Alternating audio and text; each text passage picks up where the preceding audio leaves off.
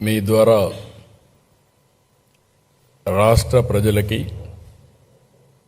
ఒక సందేశం ఇవ్వడానికి ఈ కార్యక్రమం పెట్టుకున్నాను. రాజధానిగా అమరావతిపై చట్టం చేసి 12 సంవత్సరాలు అయింది. ఈ ప్రస్థానం గురించి మనం అందరం కూడా ఒకసారి చర్చించుకోవాల్సిన అవసరం, బాధ్యత ఉంది. రాష్ట్ర విభజన నుంచి నేటి వరకు జరిగిన అన్ని అంశాలని ఒకసారి వివరించడమే కాకుండా చరిత్ర ఒకసారి కూలంకుషంగా నెమరేసుకుంటే భవిష్యత్తులో ఇలాంటి జరగకుండా ప్రజలే అప్రమత్తంగా ఉండే అవకాశం ఉంటుంది. రాజధానిగా అమరావతికి పార్లమెంటు ఉభయ సభలు ఆమోదించడం అనేది ఇది ఒక ప్రజా విజయం, ప్రజా రాజధానికి దక్కిన గౌరవం. ఈ చర్చల్లో 11 పార్టీలు పార్టిసిపేట్ చేశాయి. 2 హౌసెస్లో కలిపి 17 34 మంది సభ్యులు భాగస్వాములయ్యారు, పార్టిసిపేట్ చేశారు.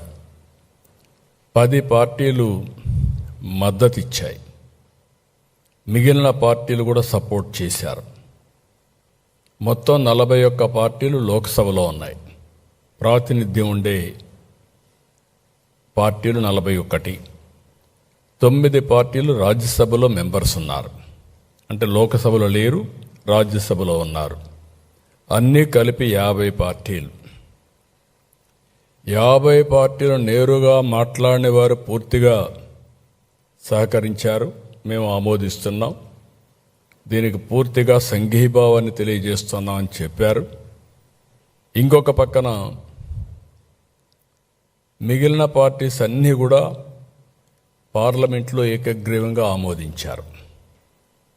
ఒకే ఒక పార్టీ, ఆ పార్టీ వైఎస్ఆర్ కాంగ్రెస్ పార్టీ. ఆ పార్టీ ఈ రాష్ట్రంలో ఓట్లేసుకుని ఇక్కడి నుంచి ఎంపీలుగా అయ్యి ఈ రాష్ట్రానికి ద్రోహం చేసే ధైర్యం చేశారు. దేశమంతా ఒక దారి అయితే వీళ్ళది ఇంకొక దారి అయ్యే పరిస్థితి వచ్చింది. 2024 జూన్ 2 నుంచి ఆంధ్రప్రదేశ్ నూతన రాజధానిగా అమరావతి శాశ్వతంగా ఉంటుంది. రాష్ట్రపతి ఆమోదం త్వరలో వస్తే చట్టంగా మారుతుంది, అక్కడి నుంచి అమలులోకి వస్తుంది.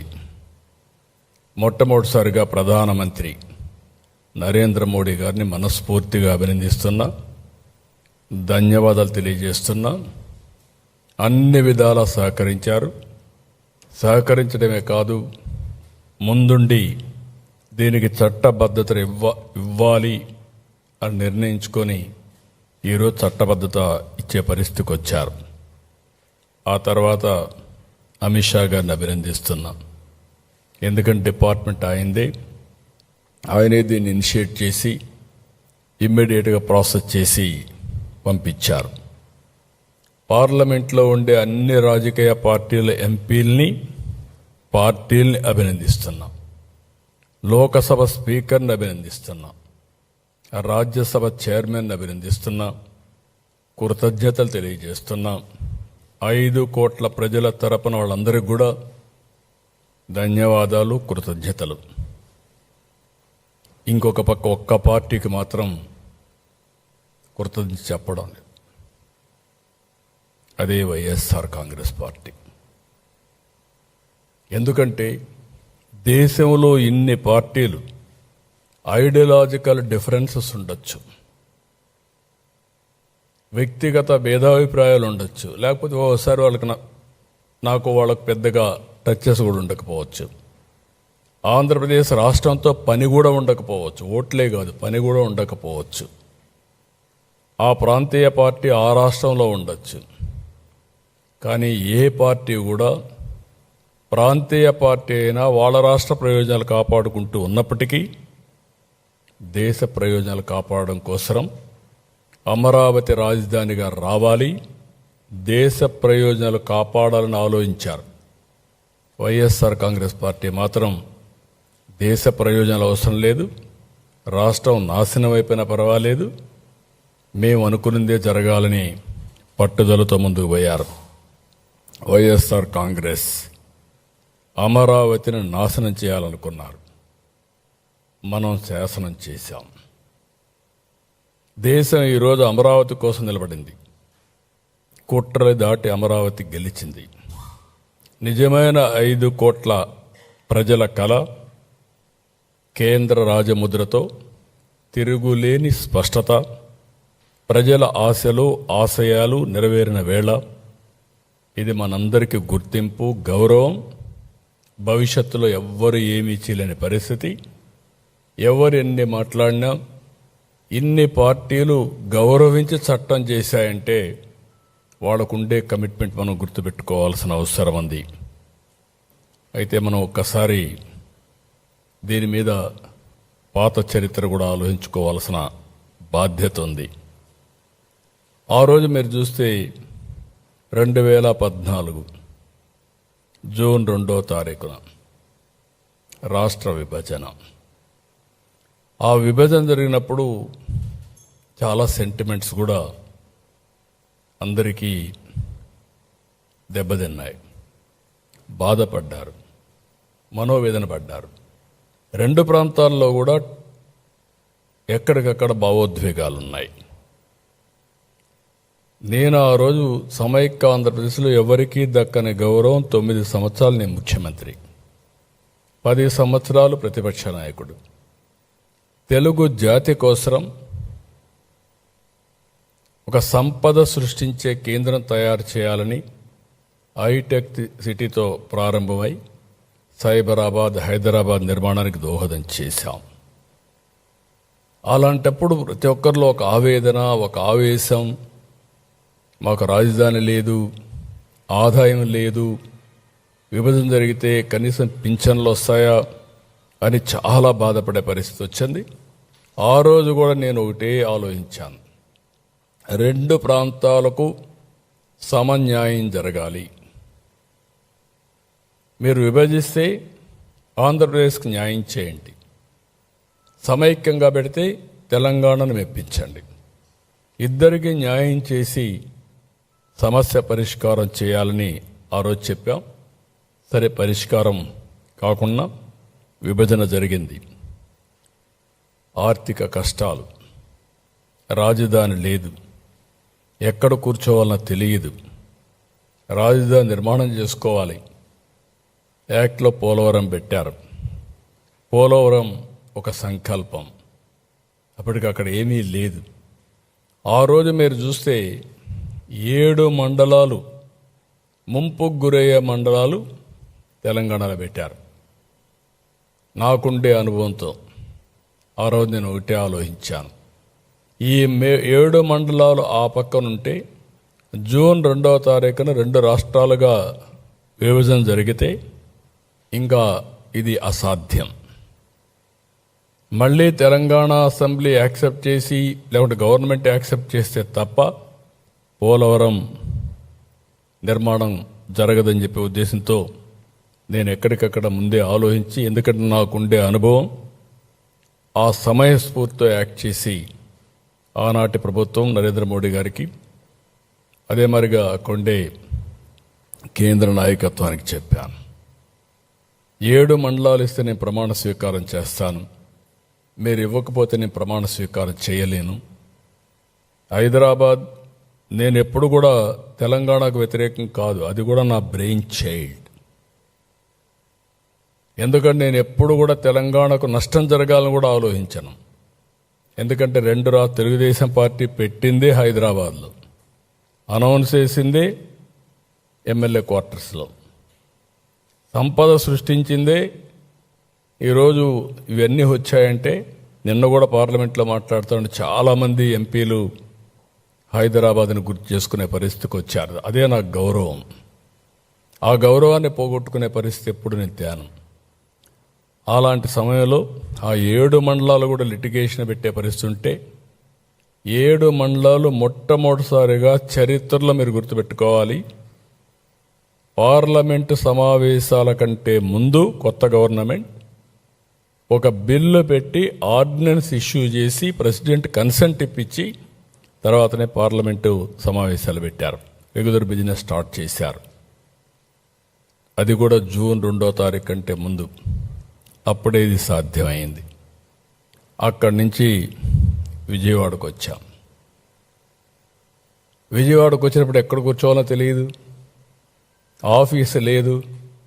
ఒక SC office, irrigation SC office, అదే క్యాంప్ ఆఫీస్. అక్కడే నా బస. ఆ తర్వాత మీరు చూస్తే నేను ఈ ఇల్లు తీసుకొని రెంట్కి వచ్చిన తర్వాత దాన్ని హైకోర్టుకి ఇచ్చాం. ఆ తర్వాత అది రాజ్భవన్ అయింది. అంటే సీఎం సెక్రటరియేట్ అదే, ఆ తర్వాత హైకోర్టు అదే, తర్వాత రాజ్భవన్ అదే. అంటే అన్ని పర్పస్లు మనకి ఏమీ లేదు అనడానికి ఇక్కడ ఒక ఉదాహరణ మాత్రం. అయితే ఆ రోజు శివరామకృష్ణయ్య గారు ఒక కమిటీ వేశారు. ఆ కమిటీ మొత్తం రాష్ట్రం అంతా తిరిగింది. విజయవాడ గుంటూరు మధ్యలో 46% ప్రజలు ఇది అనుకూలమైన ప్రదేశమని వీళ్ళంతా కూడా సమాచారం ఆయనకి ఇచ్చారు, ఓటేశారు. అది చూసిన తర్వాత విత్ కన్సెన్సస్ ఆ రోజు గ్రీన్ ఫీల్డ్ రాజధాని విజయవాడ గుంటూరు మధ్యలో ఉంటుందని డిక్లేర్ చేశాం. వైఎస్ఆర్ కాంగ్రెస్ పార్టీ చాలా విన్యాసాలు వేశారు, అందరినీ రెచ్చగొట్టారు. కడాన నేను ఆ రోజు కూడా అభివృద్ధి వికేంద్రీకరణ తెలుగుదేశం పార్టీ సిద్ధాంతం, అదే సమయంలో అధికార వికేంద్రీకరణ చేస్తూనే మనకంటూ ఒక రాజధాని ఉండాలి. తెలంగాణకు హైదరాబాద్ ఉంది, కర్ణాటకకు బెంగళూరు ఉంది, చెన్నైకి తమిళనాడుకి చెన్నై ఉంది. అలాంటి రాజధాని నగరం ఉంటే తప్ప భవిష్యత్తు లేదనే ఉద్దేశంతో మనం సంకల్పం చేశాం. ఆ సంకల్పమే 2 ప్రాంతాలకి,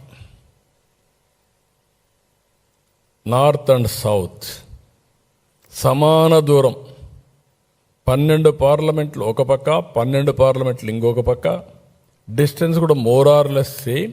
13వ పార్లమెంట్ గుంటూరు. అలాంటి ప్లేస్ని ఎంపిక చేశాం.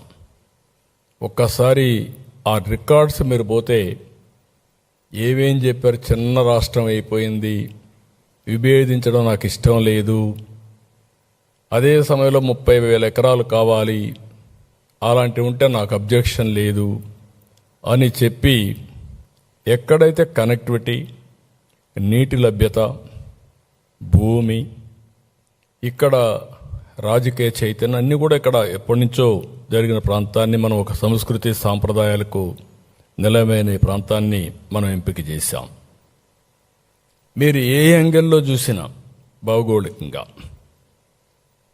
ఒక హిస్టారికల్గా, వనరుల పరంగా హైదరాబాదుకు నీళ్లు లేకపోతే ఎన్నో సంవత్సరాలుగా వారానికి ఒక్కసారి నీళ్లు ఇచ్చేవాళ్ళం. ఏవి 9 మున్సిపాలిటీలకి. సిటీలో కూడా ఆ ప్రాబ్లం ఉండేది. ఏం చేయాలన్నా పరిష్కారం చేయలేక చాలామంది ఇది చేస్తే గండిపేట ఎండిపోతే ఆ రోజు నేను ఎట్టి పరిస్థితిలో ఇవ్వాలని నాగార్జున సాగర్ నుంచి మొట్టమొదటిసారిగా ధైర్యం చేసి 1 సంవత్సరం నీళ్లు తీసుకుపోయి హైదరాబాద్కి ఇచ్చాం. ఇక్కడ ఆ సమస్య లేదు, అన్ని నీళ్లు కానీ అన్నీ ఉండే పరిస్థితి వచ్చింది. దీనికి ఒక హిస్టరీ ఉంది. శాతవాహనులు వెళ్ళిన ప్రాంతం, బౌద్ధం విరాజిల్లిన ప్రాంతం. లండన్లో ఇప్పుడు కూడా అమరావతి మ్యూజియంలో ఉంది. ఒక గ్యాలరీ అమరావతి ఉంది. చెన్నైలో కూడా ఉంది. అమరావతి పైన గ్యాలరీ ఉండే పరిస్థితి వచ్చింది. ఇవన్నీ కూడా చేసిన తర్వాత మీరు ఒకసారి చూస్తే 14 జూన్ 8న ప్రభుత్వం ఏర్పాటు చేయడం, అదే ఏడాది సెప్టెంబర్ 1న రాజధాని నిర్ణయం చేయడం, 2014 డిసెంబర్ మాస్టర్ ప్లాన్ సింగపూర్ సంస్థలతో ఎంఓయూ చేయడం. ఒకప్పుడు హైదరాబాద్ డెవలప్ చేయాలంటే నేను అమెరికాకి వెళ్ళాను, 14 రోజులు తిరిగాను. ఐటీ కంపెనీస్ని తీసుకురావడానికి హైదరాబాద్ అమెరికాకి వెళ్ళి వాళ్ళందరినీ అట్రాక్ట్ చేసి అక్కడి నుంచి ప్రారంభించాం. ఇక్కడ ఆంధ్రప్రదేశ్ ఎలక్షన్లో 2014 నేను మేజర్గా చెప్పింది, రాజధాని లేదు, అందరూ ఆవేదనతో ఉన్నారు, సింగపూర్కు మించిన రాజధాని కడతాం.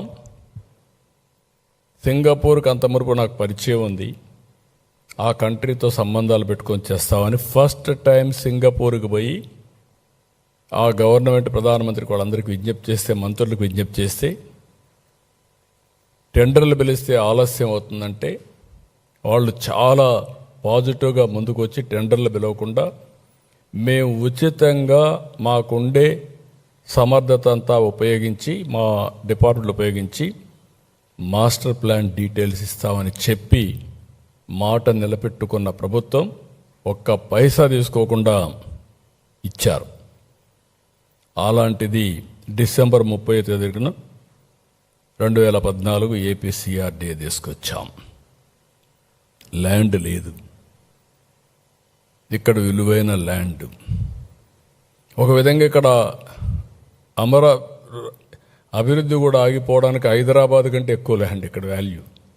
తర్వాత హైదరాబాద్ అభివృద్ధి అయినాక ల్యాండ్ పెరిగింది, ఇక్కడ అంత మునుపు కూడా ల్యాండ్ వాల్యూ ఎక్కువ. ఎందుకంటే ఒక ఫెర్టైల్ ల్యాండ్ ఇది,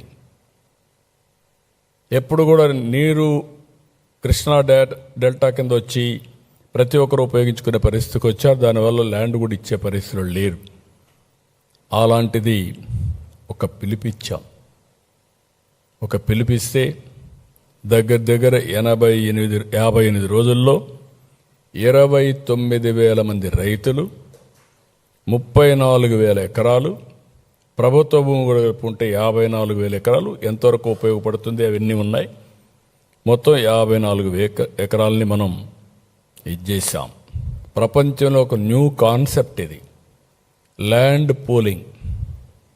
అభివృద్ధిలో రైతుల్ని భాగస్వాములు చేయడం, ప్రోగ్రెస్లో రైతుల్ని భాగస్వాములు చేయడం ఇంతవరకు ఎక్కడా జరగలేదు ప్రపంచంలో. ఇదే కేస్ స్టడీ, చాలామంది స్టడీ చేశారు.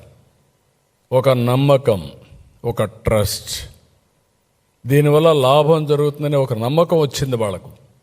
మా జీవితాలు బాగుపడతాయనే నమ్మకం వచ్చింది. దానికి కారణం హైదరాబాద్ అభివృద్ధి అప్పటికే చూశారు. అది చూసిన తర్వాత ఒక నమ్మకం వస్తే వాళ్ళతో నెగోషియేట్ చేసి, పుండె నారాయణ గారి ఆ రోజు నెగోషియేట్ చేసి జరూబు భూములు ఉండే వాళ్ళకందరికీ 1000 గజాలు రెసిడెన్షియల్, 450 కమర్షియల్. ఇంకొక పక్కన ఏదైతే నాన్ జరీబు రైతులకి 1000 చదరపు గజాలు రెసిడెన్షియల్, 250 గజాలు కమర్షియల్. ఆ రోజు 50,000 రూపాయలతో యాన్యుటీ ప్రారంభించాం. ఈరోజు 95,000 రూపాయలు ఇస్తున్నాం జరీబుకు. ఇంకొక ల్యాండ్కి నాన్ జరీబుకి 30,000 చేశాం, ఇప్పుడు 57,000 అయింది. ఎవ్రీ ఇయర్ 5,000 పెంచుకుంటూ వెళ్ళాం. అప్పుడు 10,000కి ఇస్తా అన్నాం, ఇప్పుడు డిలే కూడా అయింది కాబట్టి 15 సంవత్సరాలు ఇచ్చే పరిస్థితికి వచ్చాం. భూమి లేని పేదలందరికీ, రైతు కూలీలకు 5,000 రూపాయలు నెలకు ఇప్పుడిచ్చే పెన్షన్లు కాకుండా అదనంగా పింఛన్లు ఇస్తున్నాం. గవర్నమెంట్ ఇచ్చే పింఛన్లన్నీ ఎలిజిబిలిటీ ప్రకారం ఇస్తున్నాం, వీళ్ళకి అదనంగా ఇచ్చే పరిస్థితికి వచ్చాం. ఇవన్నీ కూడా గవర్నమెంట్ ఆఫ్ ఇండియా కూడా దీన్ని చాలా వరకు మెచ్చుకొని, ఇది right model for the nation. ఎప్పుడైనా సరే ఒక రైతు భూమి ఇచ్చినప్పుడు ఆ భూమిని గట్టి మనం ఉపయోగించి ఒక ఇరిగేషన్ ప్రాజెక్ట్ కట్టినా, ఒక ఇండస్ట్రీ పెట్టినా, ఇంకొక పని చేసినా వాళ్ళు ఎంత హ్యాపీగా ఉంటారో, బెనిఫిషరీస్ ఎంత హ్యాపీగా ఉంటారో, పోగొట్టుకున్న వ్యక్తులు కూడా అంతే హ్యాపీగా ఉండాలనే ఉద్దేశంతోనే ఈ కార్యక్రమాన్ని చేశాం. ఒక హైదరాబాద్లో మీరు ఒక్కసారి చూస్తే శంషాబాద్ 5,000 ఎకరాలు చేశాం. 5,000 ఎకరాలు ఇచ్చిన రైతులు కోటీశ్వరులు అయ్యారు. ఆ రోజు నేను ఒక మాట చెప్పాను, ఇక్కడ ల్యాండ్ ఇవ్వండి, పక్కన మీరు కొనుక్కోండి, ఇక్కడ ఎయిర్పోర్ట్ వస్తుంది, ఆ ల్యాండ్తో మీకు వాల్యూ, భూమి వాల్యూ పెరుగుతున్నాం. చాలామంది విన్నారు. ఈరోజు బాగా పైకి వచ్చే పరిస్థితికి వచ్చారు. ఇక్కడ కూడా మీరు చూసినప్పుడు మొత్తం దీనికి 3 లెవెల్స్లో ఆ రోజు తయారు చేశాం. సిటీ రీజియన్ 56 మండలాలు, 8,603 స్క్వేర్ కిలోమీటర్లు. అదే మరిగా సిటీ క్యాపిటల్ సిటీ, దీనికి 117 చదరపు స్క్వేర్ కిలోమీటర్స్.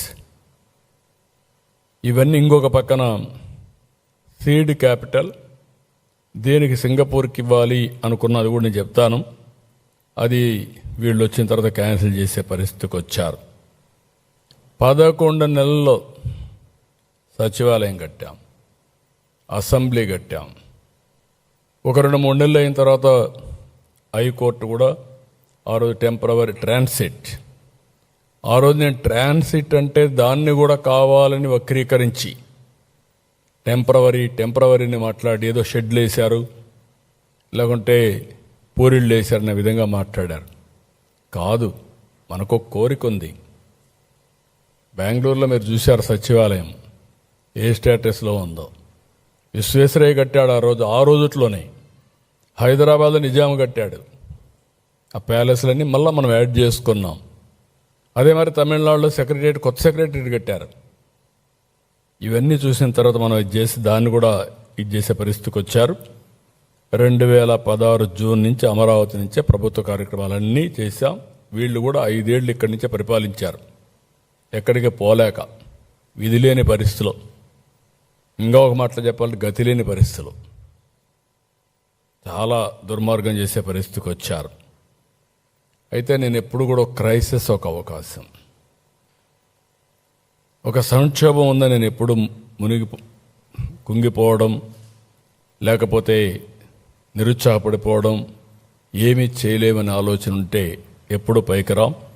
అందుకే నేను ఆ రోజు మీకు చెప్పాను, ఈరోజు Singapore city most liveable city. Hyderabad సిటీని కొంతవరకు నేను ఇది చేసిన తర్వాత ఈరోజు most liveable city in India Hyderabad. Highest per capital income Telangana రాష్ట్రం. ఎట్లొచ్చింది అని మీరందరూ ఆలోచిస్తే, ఆ రోజు వేసిన ఫౌండేషన్ వల్ల నాలెడ్జ్ ఎకానమీకి ఈరోజు అక్కడ ఉపాధి అవకాశాలు వచ్చే, వేరే ప్రాంతాల నుంచి వచ్చి సెటిల్ అయ్యే పరిస్థితికి వచ్చారు.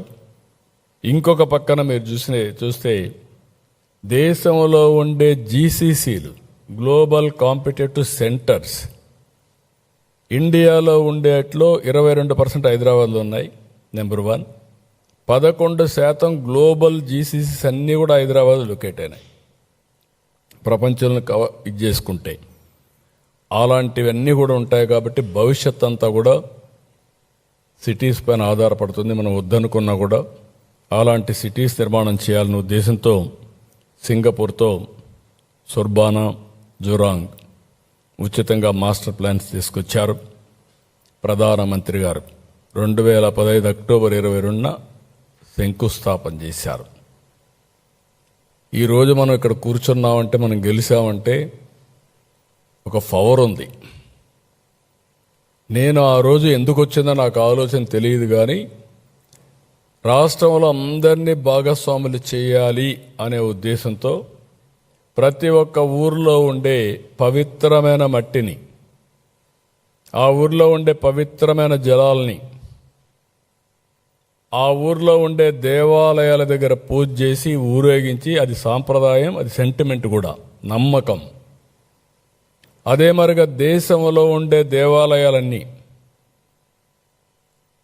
మసీదులన్నీ, మేజర్ మసీదులు, చర్చిలు, స్వర్ణ దేవాలయం, వైష్ణవి దేవాలయం, ఇవన్నీ కూడా తీసి అవన్నీ తీసుకొస్తే ప్రధానమంత్రి గారు ఆ రోజు పార్లమెంట్ సాక్షిగా పార్లమెంట్ యొక్క పవిత్రమైన మట్టిని, యమునా జలాలు తీసుకొచ్చి ఆయన కూడా అప్పచెప్పారు. ఆ రోజు చెప్పారు ఒక మాట, ఆ రోజు ఆయన చెప్పిన మాట మీరు చూస్తే,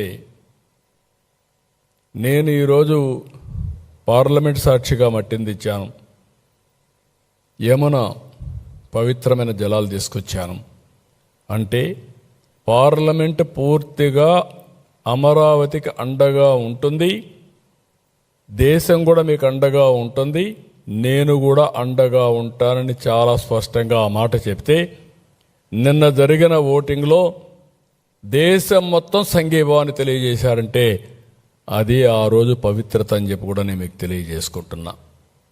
ఇది సెంటిమెంట్ అంటారా, నమ్మకం అంటారా, ట్రస్ట్ అంటారా, ఏదైనా కానీ ఇది వాస్తవం. అందుకే ఈరోజు మనం కాపాడుకోగలిగాం. అయితే ఒక పక్క ప్రణాళికలు చేసుకొని ముందుకు పోయాం, ఇంకొక పక్క కుట్రలు చేస్తూ ముందుకెళ్ళారు. అడుగడుగునా కుట్ర, అడుగడుగునా కుతంత్రం, అడుగడుగున నేరాలు ఘోరాలు. ఆ రోజు కూడా ఇదే పని. రైతుల్ని రెచ్చగొట్టారు.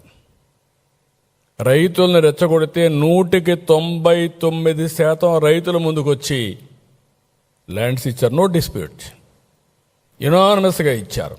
ఎన్ని చెప్పినా కూడా వినలేదు. అక్కడి నుంచి అరటి తోటలు తగలబెట్టారు. ఎంత దుర్మార్గం అంటే భయానకమైన వాతావరణాన్ని క్రియేట్ చేయడం. నా జీవితంలో ఎప్పుడు కూడా ఇలాంటి తప్పుడు పనులు ఎక్కడ నేను చూడలేదు. ఇంకొక పక్కన వరల్డ్ బ్యాంక్ లెటర్స్ రాశారు. అంటే చాలా ఈజీ అయిపోయింది వీళ్ళు చేసే తప్పుడు పనులన్నీ కూడా కప్పిపుచ్చుకోవడానికి. ఎదుటి వాళ్ళపైన గుడ్డ గాల్చి ముఖాన్ని వేసేయడం, తుడుచుకోమనడం, అవినీతి ఆరోపణలు చేసేయడం. అవినీతి ఆరోపణలు చేసి నిరూపించాల్సిన అవసరం లేదు. ఇలాంటి తప్పుడు పనులు చేసి వాళ్ళకు కూడా లెటర్స్ పెట్టి కడాన వీళ్ళు వచ్చిన తర్వాత డబ్బులు ఇస్తా అన్నా ఇవ్వనీయకుండా చేసి ఇక్కడికి వస్తా అన్నా రానియకుండా చేసే పరిస్థితికి వచ్చారు. అరాచకం ఎంత పరాకాష్ఠమైంది. ఒక ఉదాహరణ, పర్యావరణ దెబ్బతింటుందన్నారు, నిర్మాణాలకు అనుకూలం కాదని తప్పుడు రిపోర్టులు తెప్పించారు, శ్మశానం అన్నారు, ఎడారి అన్నారు, కులం రంగు పులిమారు, భూకంపాలు వస్తాయని చెప్పి మాట్లాడారు. అంటే ఎన్ని విధాల సెబటైజ్ చేయాలనో అన్ని విధాల సెబటైజ్ ఆ రోజు చేశారు, ఇప్పటికి కూడా చేస్తూనే ఉన్నారు. అవి కూడా వస్తాను. నేనైతే ఒకటే ఆలోచించా, భగవంతుడు ఎందుకో నాకు 2 అవకాశాలు ఇచ్చాడు. ఒక విధంగా అవకాశాన్ని కూడా అందిపుచ్చుకున్నాం. ఫస్ట్ అవకాశం తెలుగు జాతికి ఒక నాలెడ్జ్ ఎకానమీలో ప్రముఖ పాత్ర ఉండాలని ఆలోచించాను. అదే హైటెక్ సిటీ, అదే సైబరాబాద్, అదే ఈరోజు హైదరాబాద్ నగరం. ఇక్కడ కూడా హైదరాబాద్ బ్రౌన్ ఫీల్డ్ సిటీ, 2 సిటీలు ఉన్నాయి. హైదరాబాద్ సిటీ, సికింద్రాబాద్ ఉంది. నేను 1 మోర్ సిటీ యాడ్ చేశాను, అదే సైబరాబాద్. ఈరోజు హైదరాబాద్కి అదే గుండెకాయ, హార్ట్ ఈజ్ సైబరాబాద్. ఇక్కడికి వచ్చినప్పుడు నేను విజయవాడ ఉంది, మంగళగిరి ఉంది, గుంటూరు ఉంది, పక్కనే తెనాలి ఉంది. ఇవన్నీ కూడా మనం వేసినటువంటి ప్లానింగ్ మీరు చూస్తే నూజివీడు, ఇంకొక పక్క పామర్రు, ఈ పక్క చిలుకూరుపేట, పక్కన జగ్గయ్యపేట, సత్తెనపల్లి, ఈ ఏరియా అంతా వస్తాయి. Inner ring road, outer ring road cover చేస్తే ఇక్కడికి వచ్చినప్పుడు 9 నగరాలు ప్లాన్ చేశాం. గవర్నమెంట్ సిటీ, ప్రభుత్వ సిటీ, ఆర్థిక city, knowledge city, justice city, health city, sports city, tourism, media, electronics నగరాలు. ఇవన్నీ కూడా 4 ఆఫీసులు కట్టేస్తే అయిపోదు, కట్టేయచ్చు. ఒక్కొక్కసారి సంక్షేమం వచ్చినప్పుడు ఏమేమి అవకాశాలున్నా ఎత్తుక్కొని తగిన విధంగా ప్రణాళికలు చేస్తే మన తర్వాత కూడా శాశ్వతంగా ఉంటాయనే ఉద్దేశంతో ఆ రోజు చేశాం. ముందు మీరందరూ ఆ రోజు చూసుంటారు, జపాన్ నుంచి ఒక ఆర్కిటెక్ట్ని పెట్టాం. బాగా లేకపోతే మళ్ళా క్యాన్సిల్ చేసి నార్మన్ పోస్టర్ని ఇంగ్లాండ్ నుంచి ఐడెంటిఫై చేశాం. ఫేమస్ వరల్డ్ క్లాస్ డిజైనర్ అంటే Singapore master plan, Norman poster ఈ యొక్క ఐకానిక్ బిల్డింగ్స్ అని డిజైన్ చేయడానికి వాళ్ళు పెట్టుకున్నాం. ఎందుకంటే ఒకసారి ఇప్పుడు ఢిల్లీలో ప్రధానమంత్రి గారు సెంట్రల్ విస్తా తయారు చేశారు, పార్లమెంట్ కూడా తయారు చేశారు. మనకు కూడా ఈ అవకాశం ఉంది. ఈ అవకాశాన్ని ఉపయోగించుకొని కేంద్ర సహకారం తీసుకొని ఒక మంచి సిటీని డెవలప్ చేయాలని చెప్పి మనం ముందుకు పోయాం. అందరి ఆలోచనలు తీసుకున్నాం. 16,000 కోట్ల రూపాయలు లోటు బడ్జెట్ ఉన్న లోటు బడ్జెట్ తాత్కాలికం, వినూత్నమైన ఆలోచనతో ముందుకు పోయాం. వరల్డ్ బ్యాంక్, ఏడీపీ వంటి సంస్థలు ముందుకు వచ్చాయి. ఇంకొక పక్క దీంట్లో మీరు చూస్తే 30% బ్లూ అండ్ గ్రీన్, అమరావతిలో బ్యూటీ ఇది, స్ట్రైట్ రోడ్స్. ఇంకొక పక్క 360 కిలోమీటర్ల ప్రధాన రోడ్ గ్రిడ్.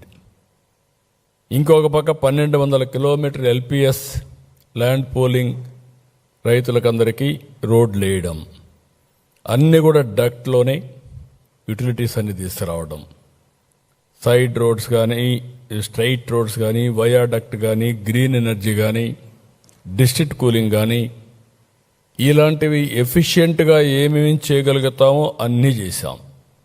3,300 కిలోమీటర్ల సైకిల్ పాత్, వాకింగ్ ట్రాక్, ఈ రెండు కూడా క్రియేట్ చేస్తున్నాం. 5, 10, 15 నిమిషాలు కాన్సెప్ట్ పెట్టుకున్నాం. 5 నిమిషాలు ఎమర్జెన్సీ, 10 నిమిషాలు ఏదైనా వాళ్ళకి కావాల్సినటువంటి పార్కు ఇలాంటి ఇవన్నీ, 15 నిమిషాలు maximum employment, walk to work. ఇలాంటి కాన్సెప్ట్స్ పెట్టుకో ముందుకు పోయే పరిస్థితికి వచ్చాం. ఇక్కడ 1690 ఎకరాలు స్టార్టప్ ఏరియా సింగపూర్తో ఒప్పందం చేసుకున్నాం. వాళ్లే అభివృద్ధి చేస్తారు. అభివృద్ధి చేసిన తర్వాత 52% వచ్చిన డబ్బుల్లో మనకిస్తారు. వాళ్ళు డెవలప్మెంట్ చేసిందని 42% వాళ్ళు ఉంచుకొని 52% మనకి ఇచ్చే పరిస్థితికి వచ్చారు. అలాంటిది 9,000 కోట్లు పనులు కూడా కంప్లీట్ చేశారు 2019కి. అక్కడి నుంచి మీ అందరికీ ఐడియా ఉంది ఏం జరిగిందని. ప్రపంచంలో ఎవ్వరూ సింగపూర్ పైన అవినీతి ఆరోపణలు చేయలేదు. అలాంటిది ఒక అవినీతి పార్టీ వాళ్ళపైన ఆరోపణలు చేసి వాళ్ళు తరివేసే పరిస్థితికి వచ్చారు. నానా రకాలుగా హింసించి ప్రపంచంలో ఎవ్వడూ ధైర్యం చేయలేదు. నేను ఎన్నోసార్లు చెప్పాను, నేను సింగపూర్ పోయినప్పుడు నేను ట్రై చేశాను డ్రైవర్కి డబ్బులు ఇవ్వాలని, ఎవడు తీసుకోవాలా. మా అశోక్ గజపతిరాజు గారు మంత్రిగా ఉండొస్తే సింగపూర్కి వస్తే సిగరెట్ తాగడం మానేశాడు. ఏంటి అశోక్ గారు సిగరెట్ తాగడం మానేశారని అడిగా. సార్ ఇక్కడ $500 ఫైన్ సార్, నా దగ్గర ఉండేది 500 ఉంది, ఇది అయిపోతే మళ్ళీ నేనేం చేయాలి, కాబట్టి నేను చేయను సార్ అప్పని అన్నాడు. అలాంటి దేశం పైన అబాండాలేసి ఒక గుడ్ విల్తో వచ్చారు. ఇప్పుడు కూడా చెప్తాను, సింగపూర్ ఎప్పుడు కూడా ఒక నమ్మకం, ఒక క్రెడిబిలిటీ, విశ్వసనీయతకి గౌరవిస్తారు ఆ దేశం. నేను చాలా దేశాలు తిరిగాను. అలాంటి దేశంతో లేనిపోని సమస్య పెట్టి మొత్తం కంపు చేసే పరిస్థితికి వచ్చారు. ఇంకొక పక్కన అమరావతి బ్రాండ్ పూర్తిగా దెబ్బతినే పరిస్థితికి వచ్చింది. నేను ఆ రోజు బాండ్స్ ఇస్తే విత్ ఇన్ 2 hours క్లోజ్ అయింది. దాన్ని బట్టి ప్రపంచం మొత్తం అమరావతి అంటే ఎంత క్రేజ్ ఉందని మనం అర్థం చేసుకోవాల్సిన అవసరం ఉంది. మనం వేసిన ప్లానింగ్ కానీ, ప్రణాళికలు కానీ, ఆలోచనలు కానీ విదేశ సంస్థలు కూడా చాలా ఆసక్తి చూపించాయి. ఆ రోజు పెట్టిన విట్, ఎస్ఆర్ఎం, అమృత్ కొద్ది కొద్దిగా వచ్చే పరిస్థితికి వచ్చింది. ఎంత దుర్మార్గం అంటే ఎస్ఆర్ఎం అమరావతి అని పేరు పెడితే అమరావతిని తీసేయమన్నారు. నాకు ఇప్పుడు కూడా అర్థం కావడం లేదు. ఇలా మెంటాలిటీ ఏంటో, అమరావతి అని పేరునే ఉచ్చరించకూడదని ముందుకు పోయే పరిస్థితికి వచ్చారు. ఇప్పుడు XLRI వీళ్ళు ఉండగా వెళ్ళిపోతే మళ్ళా తీసుకొచ్చాం. బిట్స్ బిలాని వాళ్ళు కూడా వచ్చే పరిస్థితికి వచ్చారు. 113 సంస్థలు 1307 ఎకరాలు ఇచ్చాం. 33,000 కోట్ల రూపాయలు పెట్టుబడులు పెట్టడానికి సిద్ధంగా ఉన్నారు. తొందరగా ఈ పనులన్నీ స్టార్ట్ అవుతాయి. రాత్రింపగుళ్ళు పనులు అవుతున్నాయి. ఇంకొక పక్కన మీరు ఒకసారి చూస్తే దానికంటే ముందు ఏం జరిగింది కూడా మనం ఆలోచించుకో. 2019 ఆ రోజే 25,000 మందితో ముమ్మరంగా పనులు జరిగే సమయంలో 2019 ఇక్కడే ప్రజావేదిక కలెక్టర్స్ కాన్ఫరెన్స్ ఇక్కడే పెట్టారు. నెక్స్ట్ డే దీన్ని కూల్చమని చెప్పారు. మీరందరూ సాక్షులు దానికి. అదే సమయంలో అమరావతి పనులు నిలిపేశారు. ఏపీసీఆర్డీఎస్ చట్టం రద్దు చేశారు. సింగపూర్ని మెర్సిలెస్గా తిరిగి పంపించారు. 2019 డిసెంబర్ 17న 3 రాజధానుల ప్రకటన చేశారు. ప్రాంతాల మధ్య చిచ్చు పెట్టాలని ప్రయత్నం చేశారు. శాసనమండలిలో 3 రాజధానుల బిల్లుని సెలెక్ట్ కమిటీకి పంపిస్తే తప్పుడు విధంగా గవర్నర్ పంపించి పాస్ అయిపోయిందని గవర్నర్ దగ్గర ఆమోదింపజేశారు. దానిపైన కోర్టుకి పోతే కోర్టు చాలా స్పష్టంగా తీర్పిచ్చారు. అదే కోర్టు హైకోర్టు తీర్పు సుప్రీంకోర్టు పోతే కూడా కాదు, మీరు అమలు చేయాల్సిందే, మీరు హామీ ఇచ్చారు, ఈ టైం బౌండ్ ప్రోగ్రాం ప్రకారం మీరు అమలు చేసి తీరమని వీళ్ళకు వాతలు పెట్టే పరిస్థితి వస్తే అక్కడి నుంచి తోక జాడించారు.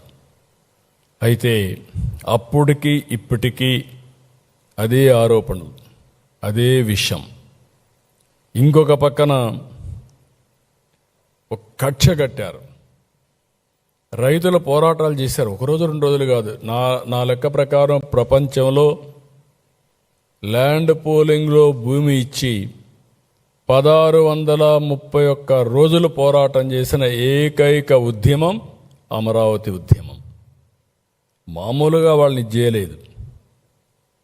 వాళ్ళ కౌంటర్గా పెయిడ్ ఆర్టిస్టులను పెట్టి కౌంటర్ క్యాంపులు పెట్టారు. ఎక్కడెక్కడో తీసుకొచ్చి పెట్టించారు. ఏది నిలవలేకపోయింది. హింస, కేసులు, వేధింపులు, ఎస్సీలపైనే ఎస్సీ అట్రాసిటీ యాక్ట్ పెట్టి జైలుకు పంపించడం, నా మీద రాళ్లతో కర్రలతో దాడి చేసి, చెప్పులతో దాడి చేసి, కడాన ఆనాటి డీజీపీ సమర్థించుకున్నాడు ప్రజాస్వామ్యాలు ఇవన్నీ సాధ్యమని. పవన్ కళ్యాణ్ పోతే ముళ్ళ కంపేసి ఆయన నిలవరించే పరిస్థితికి వచ్చారు. 2022 మార్చి 5న అమరావతి ఏకైక రాజధానిగా అభివృద్ధి చేయాలని హైకోర్టు నిర్ణయించడం, సుప్రీంకోర్టు దాన్ని అప్పీల్ చేయడం, ఆ హైకోర్టు జడ్జి ట్రాన్స్ఫర్ అయ్యి వెళితే రైతులంతా కూడా పూలు తీసుకొచ్చి సగం కాళ్లపై నిలబడుకొని నీల్ డౌన్ అయ్యి వారికి సెండ్ ఆఫ్ ఇచ్చారు. మొత్తం ఆ రోడ్డు పూలతో అలంకరించి సెండ్ ఆఫ్ ఇచ్చి కృతజ్ఞతలు తెలియజేశారు. అంటే ఈరోజు న్యాయస్థానాలు దీన్ని కాపాడాయి. ఆ రోజు న్యాయస్థానం కాపాడకపోయి ఉంటే ఏమైండోదో మనందరం గుర్తుపెట్టుకోవాల్సిన అవసరం ఉంది. ఆ రోజు సిఆర్డీఏ చట్టం కానీ న్యాయస్థానాలు కానీ ఇది ఏ విధంగా అభివర్ణించాలో కేస్ స్టడీ మనందరికీ. నియంత అంటామా, లేకపోతే నాకు ఏ భాష రావడం లేదు. ఎందుకంటే నేను చాలామందిని చూశాను, చరిత్రలో చాలా పోరాటాలు చూశాను. కానీ ఏ పోరాటమైనా, ఏ వ్యక్తి అయినా ప్రజలను చూసి భయపడతారు. ప్రజాభిప్రాయానికి అనుకూలంగానే ఉంటే ఆ పార్టీలు రాణిస్తాయి. ఎక్కడా అలాంటి దాఖలాలే కనపడడం లేదు. ఈరోజు మళ్ళీ 2021 అయితే 3 రాజధానుల చట్టం ఉపసంహరించుకున్నారు. సిఆర్డీఏ చట్టాన్ని పునరుద్ధరించారు. మళ్ళీ మాట్లాడుతూనే వచ్చారు. విశాఖకు వస్తా ఉంటే విశాఖలో మాకు ఈసారి హైయెస్ట్ మెజారిటీ ఎక్కడన్నా వచ్చాయంటే విశాఖపట్నంలో వచ్చాయి. ఎప్పుడూ వస్తాయి, ఈసారి దానికంటే ఎక్కువ మెజారిటీ వచ్చాయి. వీళ్ళు అక్కడ రాజధాని పెడతామన్నా. భాషా ప్రయుక్త రాష్ట్రాలు ఏర్పాటు కావడానికి నాంది పలికిన రాష్ట్రం ఆంధ్రప్రదేశ్ రాష్ట్రం. అలాంటి రాష్ట్రానికే రాజధాని లేని పరిస్థితి. ఒకసారి తలుచుకుంటే చాలా బాధేస్తుంది, ఆవేశం వస్తుంది, మనుషులను కూడా కుంగిపోయే పరిస్థితికి వస్తుంది. 2024 ప్రజలు కూడా ఉక్కు సంకల్పంతో ముందుకు వచ్చారు, అఖండ విజయాన్ని ఇచ్చారు. ప్రజాప్రభుత్వం వచ్చింది, కేంద్రం రాష్ట్రం డబుల్ ఇంజిన్ సర్కార్ వచ్చింది. 3 రాజధానులని డ్రామాలాడిన వ్యక్తులు 3 చోట్ల ఇర్రెస్పెక్టివ్ ఎక్కడ చెప్పినా కూడా ప్రజలను నమ్మకుండా వాళ్ళకి బుద్ధి చెప్పే పరిస్థితి వచ్చారు. మళ్ళీ అమరావతికి పటిష్టమైన పునాదులు వేసే కార్యాచరణ మొదలైంది. 2025 మే 2న ప్రధాని చేతుల మీదుగా అమరావతి పనులు రీస్టార్ట్ చేశాం. ఆయన ఎంతో అభిమానంగా మనకు ఎలాంటి ఇబ్బంది లేకుండా క్లియర్ చేయాలని ఆర్థిక సహాయం చేయడం, వరల్డ్ బ్యాంక్ని లేదంటే మిగిలిన ఏజెన్సీస్ కూడా ఫైనాన్స్ మినిస్టర్ గారు చెప్పడం, ఎక్కడ కూడా ఇబ్బంది లేకుండా సుజావుగా పోవడానికి ఏమేం చేయాలని చేయమని చెప్పి చాలా స్పష్టంగా చెప్పారు. విభజన చట్టంలోని సెక్షన్ 5(2) రాజధానిపై స్పష్టత ఇవ్వాలని చెప్పి ఆలోచించాం. ఎందుకంటే ఇప్పుడు చట్ట ప్రకారం 10 సంవత్సరాలు హైదరాబాద్ రాజధాని 2 రాష్ట్రాలకు, లేకపోతే ఎక్కడా ఇలాంటి ఇబ్బందులు లేవు. ఎవరు ఇలాంటి వ్యక్తులు కూడా రాలా. మా ఊరు తీసిపోతాను ఎవరు ఆలోచించలేదు. లేకుంటే ఇలాంటి నాకు తెలిసినంత వరకు ఇండిపెండెంట్ ఇండియాలో 3 రాజధానుల డ్రామా ఆడింది ఎప్పుడు లేదనుకుంటాను. నాకు తెలిసి నేను 48 ఏళ్ళ నుంచి రాజకీయాల్లో ఉన్నా. చిన్నప్పుడు నాకు తెలియదు, కానీ 1978 నుంచి నేను రాజకీయాల్లో ఉన్న, చరిత్రలో కూడా ఎక్కడ లేవు. అలాంటి డ్రామాలు ఆడే పరిస్థితికి వచ్చారు. మార్చి 28న అసెంబ్లీలో తీర్మానం పెడితే బాగుంటుందంటే తీర్మానం కూడా పెట్టి పంపించాం. నిన్న రాజ్యసభలో కూడా బిల్లు పాస్ అయింది. ఇంక ఈరోజు రేపు గెజెట్ నోటిఫికేషన్ వస్తుంది. అమరావతి ఆంధ్రప్రదేశ్ గుండె చప్పుడు. ఒక మాటలో చెప్పాలంటే అమరావతి ఆంధ్రప్రదేశ్ గుండె, దేశానికి గౌరవం, ప్రైడ్. 2005 మన్మోహన్ సింగ్ అమెరికాకి వెళ్ళాడు.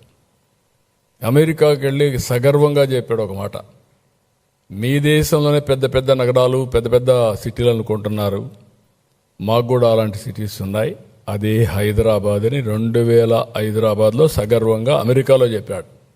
న్యూయార్క్ సిటీలోనూ వాషింగ్టన్లో చెప్పే పరిస్థితికి వచ్చాడు. అలాంటి సిటీ మనకు కూడా అవసరం. అందరూ మాట్లాడుతున్నారు ఈరోజు, ఇంటలెక్చువల్స్ మాట్లాడుతున్నారు, ప్రజలు మాట్లాడుతున్నారు, అందరూ మాట్లాడే పరిస్థితికి వచ్చారు. అందుకే దీన్ని మనం గుర్తుపెట్టుకోవాల్సింది విద్య. చాలామంది ఈ సిటీ వల్ల లాభాలు ఏంటంటున్నారు. ఇదే మరిగా అన్నారు నన్ను హైదరాబాద్లో, ఏం చేశావు నువ్వు?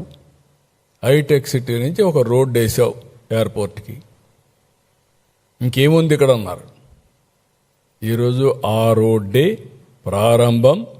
ఈరోజు హైదరాబాద్ ఆ స్థాయికి వచ్చిందంటే నేను భయపడకుండా ముందుకెళ్ళాను కాబట్టి, ధైర్యంగా ముందుకెళ్ళాను కాబట్టి ఈరోజు హైదరాబాద్ అనేది కానీ తెలంగాణకి ఒక ఆయుపట్టుగా తయారయ్యే పరిస్థితి వచ్చింది. ఇక్కడ కూడా ఇంత జరిగిన తర్వాత నేను భయపడితే దీనికి మీనింగ్ ఉండదు. విద్య, ఉద్యోగం, విజ్ఞానం, ఇది ఒక నర్వ్ సెంటర్. మనందరం గుర్తుపెట్టుకోవాల్సిన అవసరం ఉంది. ఈరోజు ఒక అమరావతిని, ఒకప్పుడు హైదరాబాద్ దేశమంతా నగరాలని పాత నగరాలు, Chandigarh one of the best city ఒకప్పుడు, ఇప్పుడు అది ఓన్లీ హెరిటేజ్ సిటీ, పెద్ద ఎకనామిక్ యాక్టివిటీ ఉండదు.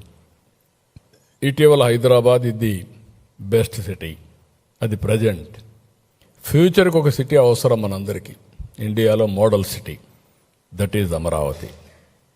అయితే అమరావతిని అభివృద్ధి చేస్తున్నామని మిగిలిన ప్రాంతాలు నెగ్లెక్ట్ చేయడం లేదు. విశాఖపట్నం, అమరావతి రీజియన్, తిరుపతి రీజియన్, 3 రీజియన్లుగా పెట్టి అన్ని టౌన్స్నే కాకుండా ఆ ప్రాంతాన్ని అభివృద్ధి చేసే బాధ్యత తీసుకుంటున్నాం. ఒక్కొక్క ప్రాంతానికి ఒక్కొక్క టైప్ ఆఫ్ ఇండస్ట్రీస్ కానీ డెవలప్మెంట్ తీసుకొస్తున్నాం. ఇప్పటికే మీరు చూసుంటారు, గూగుల్,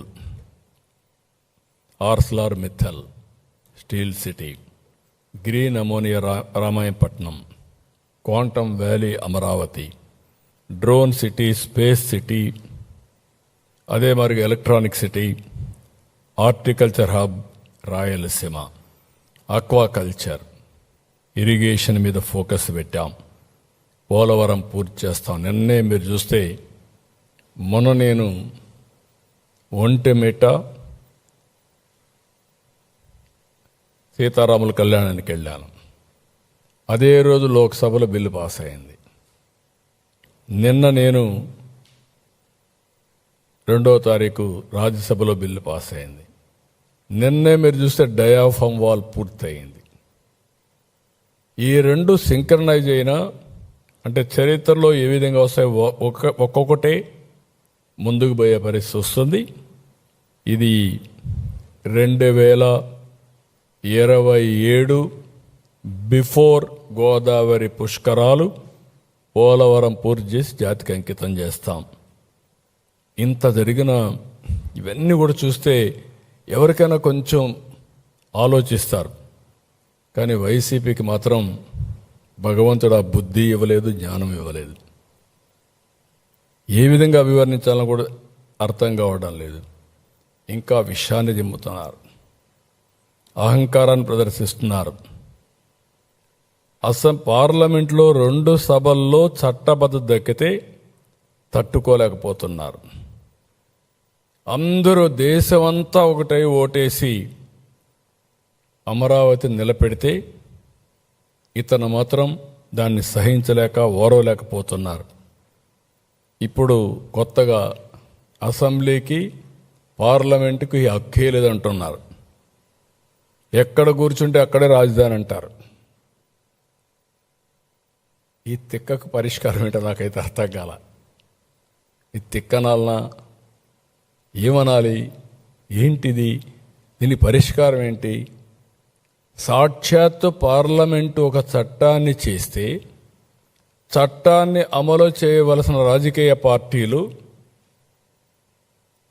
పార్లమెంటుకి అధికారం లేదు, మీరెవరు చట్టం చేయడానికి అంటే నేను వస్తే నేను అధికారం వస్తుంది, నేను మళ్ళా ప్రజలు మోసం చేస్తాను, నేను అధికారం తెచ్చుకుంటాను, తెచ్చుకున్నప్పుడు నేనేం చేస్తాను చూస్తారు అని బెదిరిస్తే ఏమనాలని అడుగుతున్నా. ప్లాన్ ఏ, ప్లాన్ బి,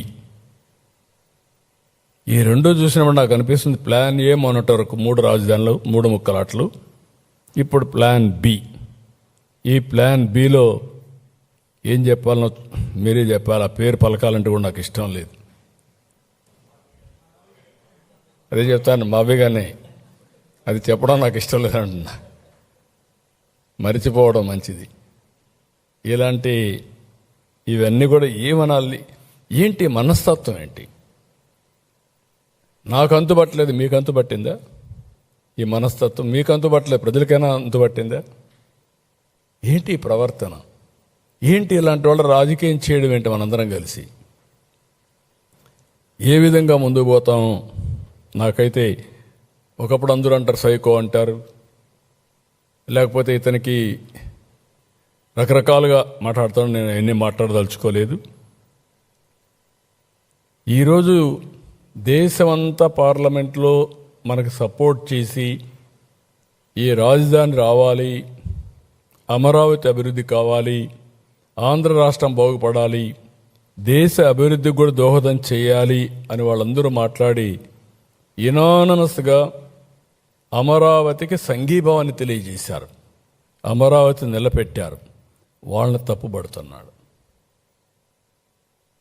ఏమనాలి నాకైతే అర్థం కావడం లేదు. అంటే వాళ్ళంతా ఏమీ తెలియని వాళ్ళు, ఈయనొక్కడే తెలివైనవాడు. ఇలాంటి మాట్లాడే పరిస్థితికి వస్తున్నాడు. కాబట్టి మనందరం కూడా గుర్తుపెట్టుకోవాల్సింది, ఇలాంటి చూస్తే ఇంత విషం, ఇంత కుట్ర, ఇంత నేరాలు ఘోరాలు చేసి మళ్ళీ ఎదురుదాడి చేయడం, ధైర్యంగా ఫేస్ చేయడం, ఇవన్నీ చూసినప్పుడు చాలా బాధేస్తుంది.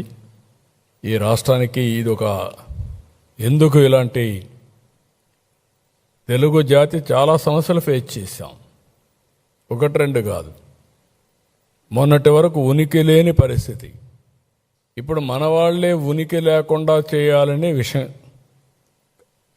కక్కడం, ఇవన్నీ చాలా. ఇంకొక పక్కన డిజైన్ ఉంది దీంట్లో, బెదిరిస్తే పెట్టుబడులు రావని. ఇది కూడా చాలా నీచం.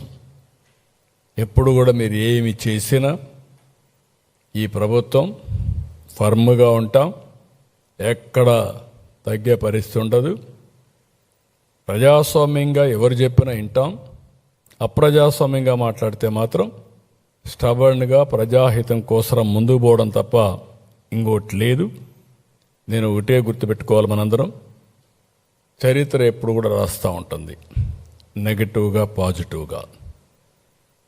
అలాంటి వ్యక్తి గుర్తుపెట్టుకోవాలి. మీరు ఏం చేయబోతున్నారో కూడా చరిత్ర మిమ్మల్ని ఎప్పటికీ క్షమించదు. ఈరోజే మనకు జరిగినటువంటి ఇబ్బందుల వల్ల ఆంధ్రప్రదేశ్ రాష్ట్రం దక్షిణ భారతదేశంలో లోయెస్ట్ పర్ క్యాపిటల్ ఇన్కమ్, అప్పుల ఉబిలో ఉన్నాం. ఎక్స్ట్రా ఎఫర్ట్ పెడితే తప్ప అందరం కలిసి మళ్ళీ అందరితో సమానంగా మనం ముందుకు పోయే పరిస్థితి లేదు. నేను అమరావతి ఒకటే కాదు, ఇంకా మిగిలిన అభివృద్ధి అంతా కూడా జరగాల్సిన అవసరం ఉంది. ఎవరు ఎన్ని చేసినా అమరావతి ఆగదు, అభివృద్ధి ఆగదు, సంకల్పం ఆగదు. ఇప్పటికే ప్రపంచ బ్యాంక్ నుంచి, హడ్కో నుంచి, నబార్డ్ నుంచి, నాఫెడ్ నుంచి ఒక 40,000 కోట్ల రూపాయలు టైఅప్ చేశారు. ఇంకో పక్క 56,000 కోట్లకు పనులు పిలిచారు. 91 మౌలిక ప్రాజెక్టులన్నీ ప్రారంభిస్తున్నారు. అధికారులు, ఎమ్మెల్యేలు, మంత్రులు నివాస భవనాలు తొందరలో పూర్తి అవుతాయి. ఐకానిక్ బిల్డింగ్లు కూడా 2028కి పూర్తి చేస్తాం. ట్రంక్ ఇన్ఫ్రాస్ట్రక్చర్ అంతా 2007కు పూర్తి చేస్తాం. ఇంకొక పక్కన 2028కి మెజారిటీ వర్క్లన్నీ కూడా ఒక స్థాయికి వస్తాయి. కొంతమంది ఇప్పుడు మాట్లాడుతున్నారు అమరావతి మొత్తం పూర్తయిపోతుందా అని. కావాలని కూడా 2 లక్షలు కావాలి, 5 లక్షలు కావాలని మాట్లాడుతున్నారు. ఒక రాజధాని అనేది మనం చేసుకుంటా పోతా ఉంటే నిరంతరం జరుగుతుంది, ఒకరోజు అయ్యేది కాదు. మేజర్ ట్రంక్ ఇన్ఫ్రాస్ట్రక్చర్ మనం చేసిన తర్వాత చేసే సమయంలోనే రాష్ట్ర ప్రభుత్వానికి ఆదాయం పెరుగుతుంది. ఒక బిల్డింగ్ కడితే ఆ బిల్డింగ్కి అవసరమైన మెటీరియల్ కానీ, లేబర్ కానీ, దానిపైన ఖర్చు పెట్టే డబ్బుల్లో గవర్నమెంట్కి ట్యాక్సేషన్ కింద 15 నుంచి 20% తిరిగి వస్తూ ఉంటుంది. వాళ్ళు అప్పు చేసినా, మనం పెట్టినా, ఏదైనా. మనం మేజర్ ఇన్ఫ్రాస్ట్రక్చర్ క్రియేట్ చేసిన తర్వాత ఈరోజు హైదరాబాద్ చూస్తే 75% Hyderabad region Telangana resources contribute చేస్తుంది. Hyderabad alone 60% service sector contribute చేస్తుంది. అందుకే 9% పైన 9.3 9.6% తెలంగాణకు ఆదాయం వస్తుంది. అంటే వచ్చిన 100 రూపాయలు జిఎస్టిపి కాంట్రిబ్యూషన్ వస్తే అందులో 9.3% 9.6% వస్తుంది. ఆంధ్రప్రదేశ్కి 6% వస్తుంది. అంటే ఆదాయం తక్కువ, దాంట్లో వచ్చే పర్సంటేజ్ తక్కువ. ఇది మనం గుర్తుపెట్టుకోవాల్సిన అవసరం ఉంది.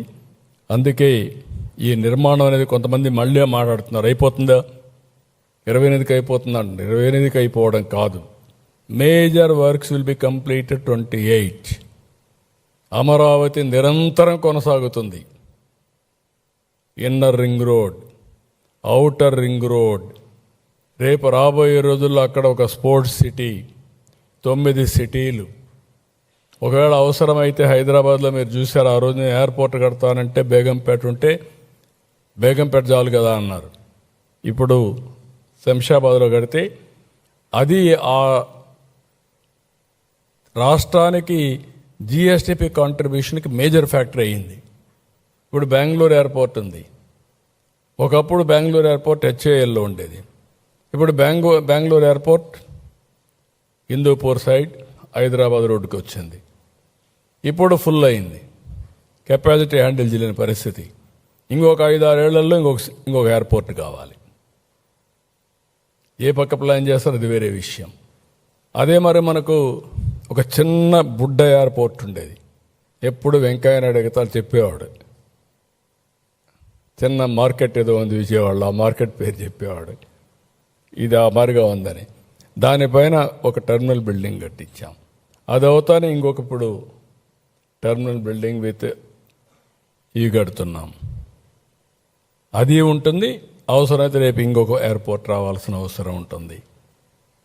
ఇన్ఫ్రాస్ట్రక్చర్ డెవలప్ చేస్తే ఆటోమేటిక్గా డెవలప్మెంట్ ఆటో పైలట్కి వెళ్తుంది. అదే నిరూపించింది ప్రపంచం మొత్తం. ఇప్పుడు మీరు చూశారు దుబాయ్. ఒకప్పుడు ఒక ఎయిర్పోర్ట్, ఒక పోర్ట్, అక్కడి నుంచి టూరిజం, అక్కడి నుంచి ఆల్రౌండ్ డెవలప్మెంట్. ఇప్పుడు ఈ జియో పొలిటికల్ సిచ్యువేషన్లో కూడా మనకు సిచ్యువేషన్స్ మారుతూ ఉంటాయి. మారినప్పుడు మనం అవి కూడా అర్థం చేసుకోవాల్సిన అవసరం ఉంది. మనం కూడా కష్టాలు వస్తాయి. ఇప్పుడు యుద్ధం వచ్చింది. యుద్ధ సమయంలో మనకి ఇబ్బందులు వచ్చాయి. గ్యాస్ సమస్యలు వచ్చాయి, ఫ్యూయల్ సమస్యలు వచ్చాయి, రేట్లు పెరిగే పరిస్థితి వస్తుంది. సప్లై చైన్ డిస్టర్బ్ అయ్యింది. సప్లై చైన్ డిస్టర్బ్ అయినప్పుడు మనం పండించే మ్యాంగో కానీ, అరటి కానీ, అక్వా ఫుడ్ కానీ విదేశాలకు పోయే పరిస్థితి లేకుండా రేట్స్ అని పడిపోయే పరిస్థితి వస్తున్నాయి. ఇలాంటి చాలా వస్తాయి. వచ్చినప్పుడు మనం ఎంత సమర్థవంతంగా హ్యాండిల్ చేయగలుగుతాం అనేది ముఖ్యం. ఏదేమైనా 2047 స్వర్ణ ఆంధ్రప్రదేశ్ $2.4 ట్రిలియన్ ఎకానమీ లక్ష్యం. ఇందులో ఈ 3 cities are very very important. Amaravati, Visakhapatnam, Tirupati, మిగిలిన అర్బనైజేషన్ కూడా చాలా ఇంపార్టెంట్. ఇవి కూడా జరుగుతాయి గ్రామీణ ప్రాంతాల్లో సమానంగా. అమరావతిలో ప్రతి ఒక్కరికి ఉపాధి అవకాశాలు కల్పించాలి. విశాఖపట్నంలో కల్పించాలి, తిరుపతిలో కల్పించాల్సిన అవసరం ఉంది. అదే మరి మళ్ళీ చెప్తున్నా, ఇది self sustainable project, monetisation project. ఎంత వీలైతే అంత డబ్బులు ఇందులో నుంచి వాళ్ళు ఇచ్చిన ల్యాండ్ తిరిగి వాళ్ళకి ల్యాండ్ పూలింగ్లో తీసుకున్న ల్యాండ్ని వాళ్ళకి తిరిగి ఇస్తాం, డెవలప్ చేసి దానికి పెట్టుబడి పెడతాం. ఆ తర్వాత కొంత ల్యాండ్ మనకు మిగులుతుంది, అది యాక్షన్ వేసుకుంటాం. ఆక్షన్లో కొంత డబ్బులు వస్తాయి. ఆ రియల్ ఎస్టేట్ని పిలిపించి వాళ్ళను కూడా కట్టమంటాం. కట్టినప్పుడు అభివృద్ధి అవుతుంది. దానివల్ల గవర్నమెంట్కి ఆదాయం వస్తుంది. అది కూడా ఇప్పుడే ఎందుకు చేసేయకూడదు అంటారు. అంటే ఇప్పుడు చేస్తే పీనట్స్ వస్తాయి. ఎందుకంటే ఇప్పుడు డబ్బులు రావు కాబట్టి మీరు అమ్మేయండి, కట్టేసేయండి అంటే మామూలుగా ఏ విధంగా మాట్లాడుతున్నారంటే, ఒకప్పుడు హైదరాబాద్లో అక్కడుండే గవర్నమెంట్ భూమిస్ నేను ఒక్కొక్క ఎకరా ఇది చేసుకుంటా వస్తే హైటెక్ సిటీగా ఎదురుగా ఉండే ల్యాండ్ ₹1,00,000. తర్వాత అది 3 కోట్లు, తర్వాత 30 కోట్లు, ఇప్పుడు 200 కోట్లు, 150 కోట్లు, 170 కోట్లు. ఎప్పుడు కూడా ల్యాండ్ వాల్యూ ఎప్పుడు పెరుగుతుందంటే అభివృద్ధి అవుతా ఉంటే ల్యాండ్ వాల్యూ పెరుగుతుంది, ఆస్తి విలువ పెరుగుతుంది. అది కూడా కావాలని తెలియకుండా కాదు, ఇష్టానుసారంగా మహాడే పరిస్థితికి వచ్చారు. ఇది self land monetisation project main concept. అదే మాదిరిగా రాష్ట్ర ప్రభుత్వానికి ఆదాయ వనరులు, ఉపాధి అవకాశాలు, నాలెడ్జ్ హబ్గా తయారయ్యే పరిస్థితి వస్తుంది. తెలుగువాడు ఎక్కడికి పోయే పని లేకుండా either Amaravati or Visakhapatnam or తిరుపతికి వచ్చి పనిచేసుకునే పరిస్థితి క్రియేట్ చేస్తాం. 2029 మళ్ళీ ప్రధానమంత్రి గారిని పిలిపించి ఆయన ద్వారా ఈ పనులన్నీ ఇనాగరేట్ చేస్తాం. ఒక నగరానికి 3 సార్లు ప్రధానమంత్రి వచ్చి సిటీకి ఫౌండేషన్ వేయడం, పనులు పునఃప్రారంభించడం, కంప్లీట్ చేసి మళ్ళా అంకితం చేయడం అనేది ఎప్పుడు జరగలేదు. ఈ 3 చేసే బాధ్యత తీసుకుంటాం. అక్కడి నుంచి ఆటో పైలట్లు వెళ్తుంది. ఆంధ్రప్రదేశ్ రాజధానిగా అమరావతి ఇక అజేయం, అన్స్టాపబుల్, శాశ్వతం, ఎవ్వరూ ఏమీ చేయలేరు. ఎవరైనా పగటి కళలు కానీ ప్రజల్ని కన్ఫ్యూజ్ చేయాలంటే మీ కళలు పగటి కళలుగా మిగిలిపోతాయి తప్ప మీ వల్ల ఏమీ కాదు. మీరు ఏ చెడు తలపెట్టలేరు, తలపెట్టినా జరగదు. మీరు శాపాలు పెడితే ఆ శాపాలు తిరిగి మీకు ఎదగలుగుతాయి తప్ప దీనికి కాదని మరొకసారి తెలియజేస్తున్నా. ఇక్కడ నాకు ఇప్పుడు కూడా అర్థం కాని ఒకటి ఉంది. అమరావతి దేవతల రాజధాని, ఈ అమరావతి ప్రజా రాజధాని. నేను ప్రతిరోజు దేవుణ్ణి ఒకటే ప్రార్థిస్తాను. నేను 2 నిమిషాలు ప్రార్థన చేస్తాను పూజ రూమ్లోకి వెళ్ళి. ఆ 2 నిమిషాలు నా ప్రార్థన ఏంటంటే, ప్రజా రాజధాని అమరావతి, దేవతల రాజధాని అమరావతి, కలియుగ దేవుడు వెంకటేశ్వర స్వామి ఈ రాష్ట్రంలో నెలకొన్నారు. త్రేతాయుగం, ఒక్కొక్క యుగంలో ధర్మాన్ని కాపాడడానికి, ప్రజలను రక్షించడానికి దేవుడు అవతరించే పరిస్థితి వస్తుంది. అలాంటి దేవుడు ఇక్కడ ఉన్నాడు. కాబట్టి మీ ఆశీస్సులతో స్వర్గంలో ఎట్లయితే దేవతలంతా ఆనందంగా ఉంటారో ఇక్కడ ప్రజలకు కూడా ఇబ్బంది లేని పాలన ఇమ్మని చెప్పి నేను కోరుకొని మనస్సాక్షిగా పరిపాలనకు కేంద్రీకరిస్తాను. ఇంకా నాకు రెండో ఆలోచన ఉండదు, రెండో థింకింగే ఉండదు. ఒకసారి వర్చువల్గా వెంకటేశ్వర స్వామిని దర్శించుకొని అక్కడి నుంచి ప్రారంభిస్తాను. కాబట్టి ప్రజలకు విజ్ఞప్తి చేస్తున్నాం, మన చేతల్లో ఉంది. మనం ఎలాంటి రాష్ట్రాన్ని నిర్మాణం చేయాలనుకుంటున్నాం, ఎలాంటి భవిష్యత్తు మనం క్రియేట్ చేయాలనుకుంటున్నాం, వీళ్ళు చెప్పే మాటల్ని ఎంతవరకు ఎవరు ఏమేం చెప్తున్నారు, వీళ్ళ చరిత్రలేంటి, ఇవన్నీ గుర్తుపెట్టుకొని ముందు రాష్ట్రాన్ని కాపాడుకుంటే మన భవిష్యత్తు భద్రంగా ఉంటుంది. ఈ విషయాన్ని గుర్తుపెట్టుకోవాల్సిందిగా అందరికీ విజ్ఞప్తి చేస్తూ అందరికీ నమస్కారాలు. జై హింద్.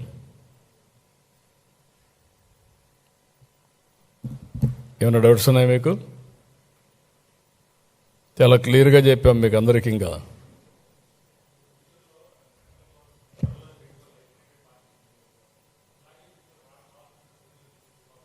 ఏది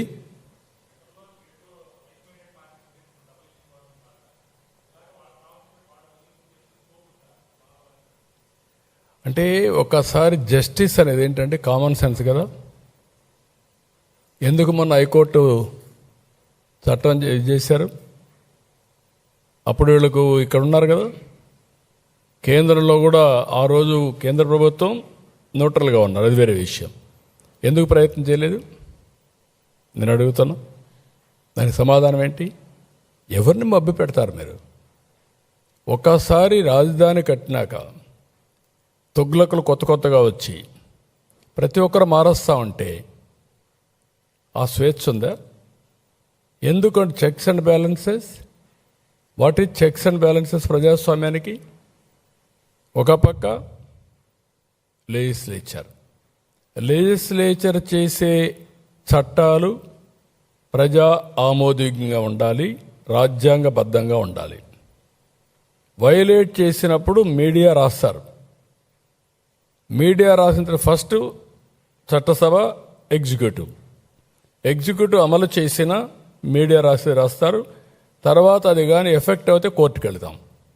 కోర్టుకు పోతే ఆటోమేటిక్గా ఒకవేళ ఒక కోర్టులో ఇదిగా అయినా checks and balances, magistrate court నుంచి హైకోర్టు నుంచి సుప్రీంకోర్టు వరకు ఎక్కడైనా సరే న్యాయం అల్టిమేట్గా ప్రివేల్ అవుతుంది.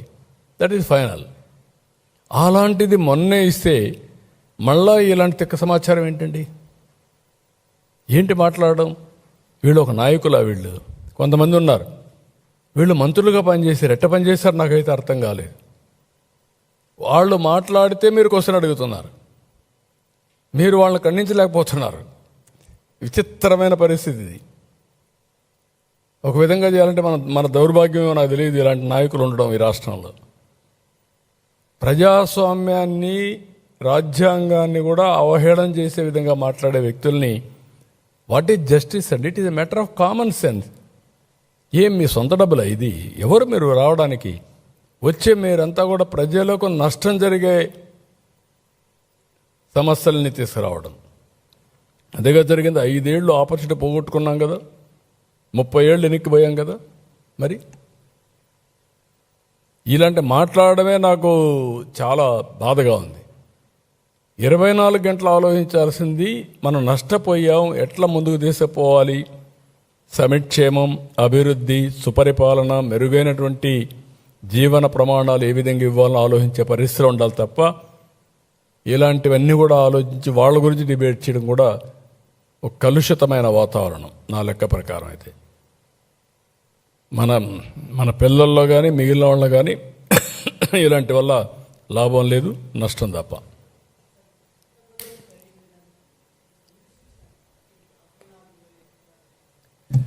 అంటే రాజధాని ఎక్కడైతే ఇక్కడ ఉందో అడ్మినిస్ట్రేటివ్ ఇది ఉంది. అమరావతి వాళ్ళు ఇచ్చింది మీకు చట్ట ప్రకారం సిఆర్డిఏ నోటిఫై చేసిన ఏరియా రాజధాని, అమరావతి రాజధాని. ఇప్పుడు క్యాపిటల్ రీజియన్ సిఆర్డిఏ నోటిఫై చేసింది, హైదరాబాద్లో ఉంది. ఒకప్పుడు మున్సిపల్ కార్పొరేషన్ ఉంది. ఇప్పుడు వాళ్ళు గ్రేటర్ హైదరాబాద్ తీసుకొచ్చారు, అన్ని కార్పొరేషన్లు కలిపి. ఆ గ్రేటర్ హైదరాబాద్ మొత్తం రాజధానిగా ఉంటుంది, అడ్మినిస్ట్రేషన్ మాత్రం ఒక సెంటర్లో ఉంటుంది. That is the meaning. అక్కడే కోర్టు ఉంటుంది, అక్కడే ఒక ఎగ్జిక్యూటివ్ ఉంటుంది, లెజిస్లేచర్ ఉంటుంది, everything will be located there. That is the. అంటే ప్రపంచం మొత్తం ఒక పద్ధతి ప్రకారం పోతే ఎవడెటపోయినా పర్వాలేదు, నా ఇష్ట ప్రకారం నేను మాట్లాడతాను అడ్డదొడ్డంగా అంటే దానికి ఆన్సరే లేదు. ఎవరు ఊహించినటువంటి పరిణామాలు.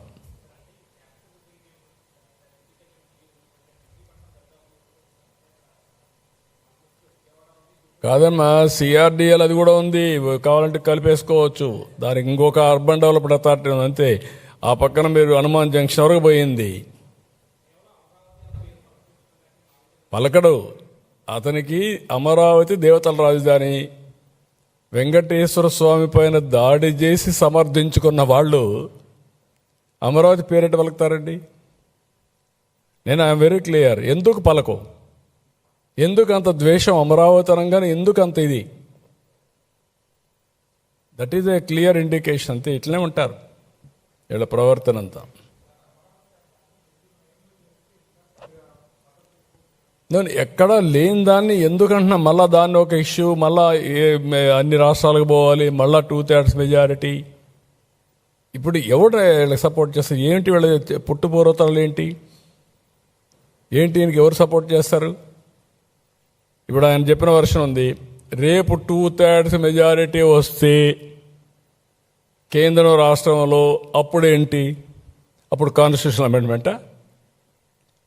ఎందుకు ఇలాంటి వింత కోరికలు? ఇప్పుడు ఆ భద్రత ఇవ్వాలి, చట్టబద్ధత ఇవ్వాలనే ఉద్దేశం తీసుకొచ్చాం.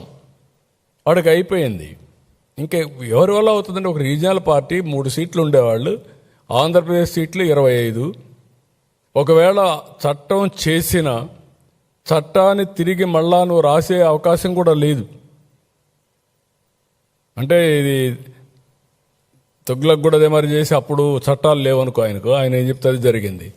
ఇప్పుడు ఎక్కడ జరుగుతుందండి? ఇప్పుడు జ్యుడిషియరీ పెట్టుకున్నాం మనం. రాజ్యాంగ ప్రకారం చెక్స్ అండ్ బ్యాలెన్సెస్ అదే.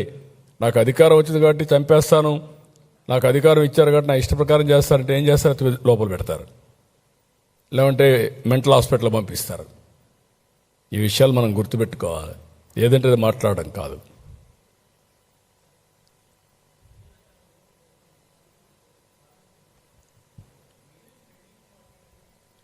నేనేమంటానంటే, వీళ్ళు 5 ఏళ్ళు ఏం మాట్లాడలేదు. వేరియస్ రూపేణ ఈరోజు వెంటిలేటర్ పై నుండి ఆర్థిక వ్యవస్థ, అలాంటి వెంటిలేటర్ పై ఉండడానికి ఎవరిచ్చారు? ఇప్పుడు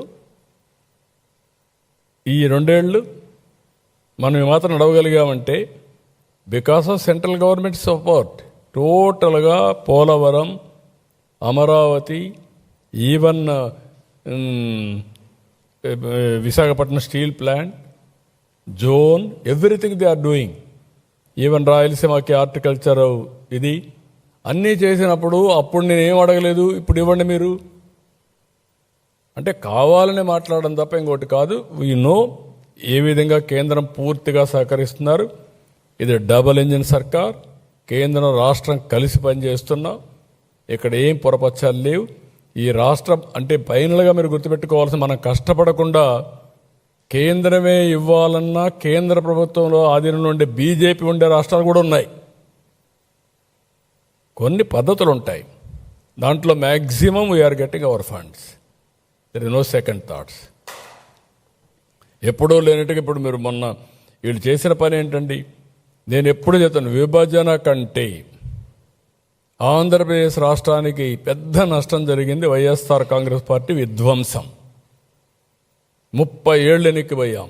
12-14% వడ్డీ రేట్లు అడిగేవాళ్ళు లేడని, ఆస్తులు తాకట్టు పెట్టడం ఏంటి? మళ్ళా ఇప్పుడు మాట్లాడుతున్నారు. డెఫినెట్గా మేము short term, medium term, long term plan చేసుకుంటున్నాం. తగ్గించాలి. 100% మనకు వచ్చే డబ్బులంతా శాలరీస్కి సరిపోతున్నాయి. Own resources శాలరీస్కి సరిపోయినాయి. కేంద్రం ఇచ్చే డబ్బులు వడ్డీకి లేకుంటే అసలు కట్టడానికి సరిపోతుంది. మళ్ళా ఏం చేయాలని అప్పులు తీసుకొచ్చి అవి కూడా చాలడం లేదు. ఇలాంటివి ఒక పద్ధతి. ఇప్పుడు తెలంగాణ ఉంది, 40% 30% state own resources on revenue expenditure. కొన్ని స్టేట్స్ ఆ విధంగా కొంచెం బ్యాలెన్స్ చేశారు. ఒక వ్యక్తి రావడం, పిచ్చి చేష్టలు చేయడం, రాష్ట్రాన్ని నాశనం చేయడం, ఇది కరెక్ట్ కాదు. కొంచెం డిసిప్లిన్ పెట్టుకోవాలి అందరం. Okay, thank you.